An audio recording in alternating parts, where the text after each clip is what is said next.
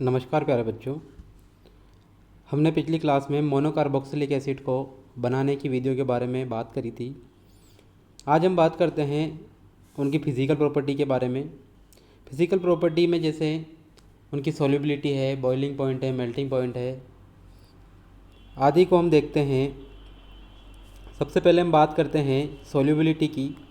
तो जो carboxylic acid होता है, मोनोकार्बोक्सिलिक एसिड, वो कार्बोक्सिलिक एसिड जल के साथ हाइड्रोजन बंध बनाकर आसानी से विलय हो जाते हैं, लेकिन केवल 5 कार्बन परमाणु तक के ही कार्बोक्सिलिक अम्ल जल में विलय होते हैं। इससे ऊपर के कार्बन वाले कार्बोक्सिलिक अम्ल जल में आंशिक रूप से विलय या अविलय रहते हैं। जैसे जैसे कार्बन की संख्या बढ़ती है कार्बोक्सिलिक अम्ल में, वैसे वैसे इनकी जल में विलयता घटती जाती है।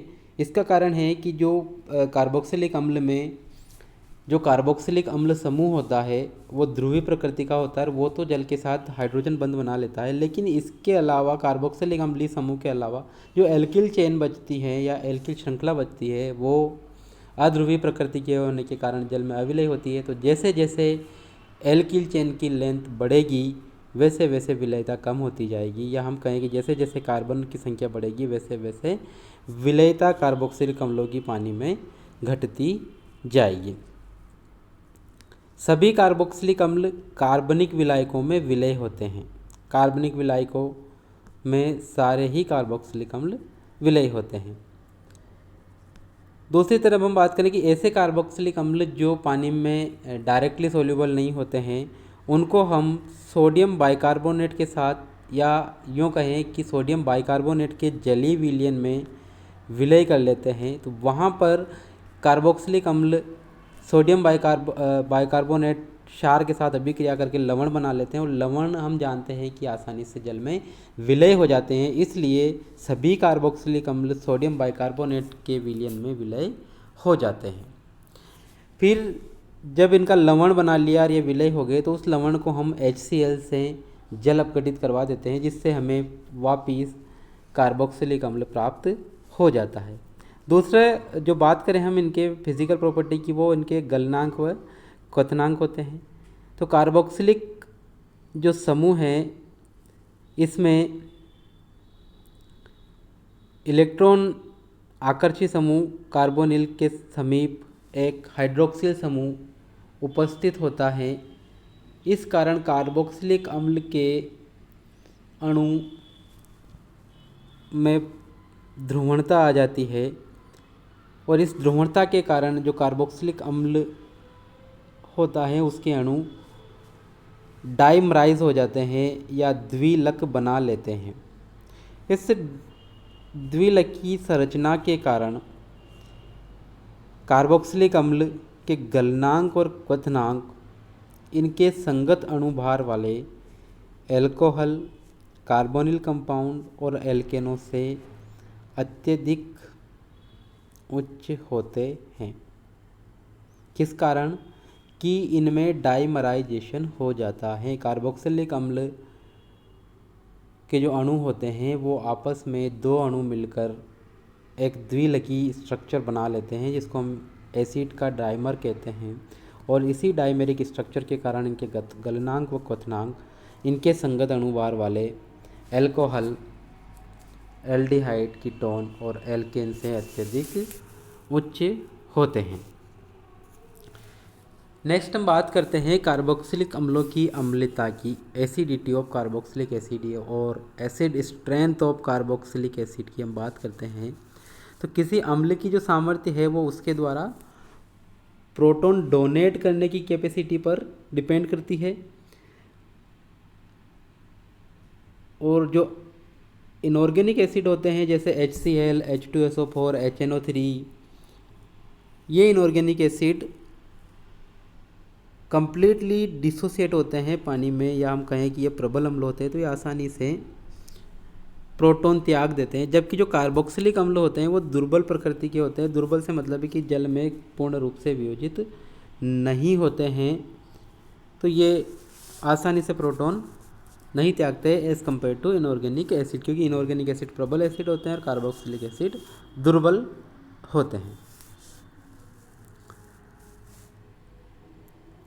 अब इनकी जो एसिडिटी है वो निम्न कारकों से निकाल सकते हैं। एक पहला होता है एसिडिटी कांस्टेंट या अम्ल का वियोजन स्थिरांक।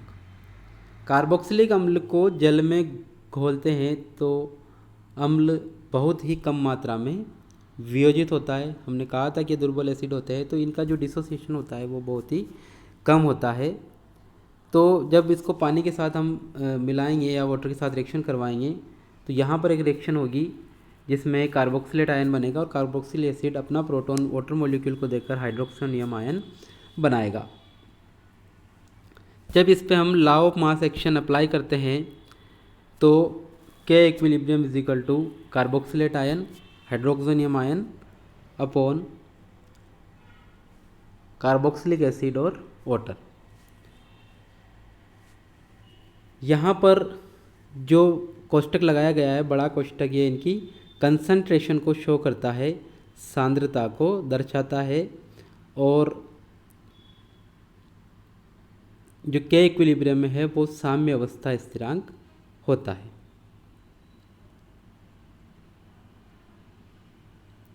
अब यहाँ पर हम देख सकते हैं कि जो अम्ल का वियोजन स्थिरांक है या अम्लीयता स्थिरांक है के, जिसको हम के एसिड के से डिनोट करते हैं, उसको हम निम्न संबंध द्वारा या जो दिया गया है इस संबंध के द्वारा प्रेजेंट कर सकते हैं। के बराबर के इक्विलिब्रियम H2O को हम, क्योंकि H2O के कंसंट्रेशन में कोई चेंज नहीं होता है इसलिए हम उसको समीकरण से के की तरफ मल्टीप्लाई कर देते हैं, क्योंकि H2O की जो सांद्रता है उसमें कोई चेंज नहीं होता, उसमें हाइड्रोजन आयन की और OH माइनस आयन की जो कंसंट्रेशन है वो एकदम बराबर होती है, तो उसका कोई योगदान नहीं रहता है। तो हम के ए बराबर आर या carboxylate ion into hydroxonium ion upon carboxylic acid. इस अभिक्रिया में जल अधिक में होने के कारण जल की सांद्रता में कोई परिवर्तन नहीं होता है, इसलिए जल को हम उपरोक्त पद से हटा सकते हैं, जो हमने यहाँ पे इस इक्वेशन में हटा दिया है। तो हम डायरेक्टली के जो है कार्बोक्सिलिक एसिड का जो वियोजन स्थिरांक है उसको हम carboxylate ion hydroxonium ion upon carboxylic ion carboxylic अम्ल, तो उत्पादों की सांद्रता बटा अवियोजित अम्ल की सांद्रता को हम या हम कहें कि उत्पादों की सांद्रता व अवियोजित अम्ल की सांद्रता के अनुपात को हम अम्ल का वियोजन स्थिरांक के कहते हैं।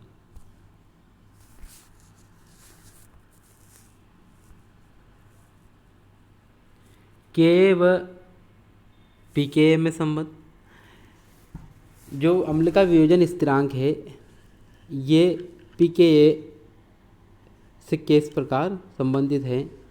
तो हम जानते हैं कि के और पीके एक दूसरे के इन्वर्सली प्रोपोर्शनल होते हैं। तो पीके बराबर log 1 अपॉन के होता है, या हम लिखें पीके बराबर माइनस log के ए, या डायरेक्टली हम कहें कि के ए के व्युत्क्रम के लघु गणक को पीके कहते हैं।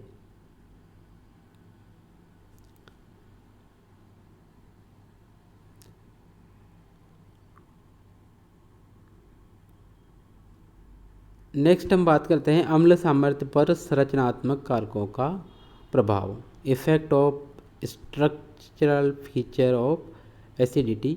इसको हम अगली क्लास में देखेंगे। धन्यवाद।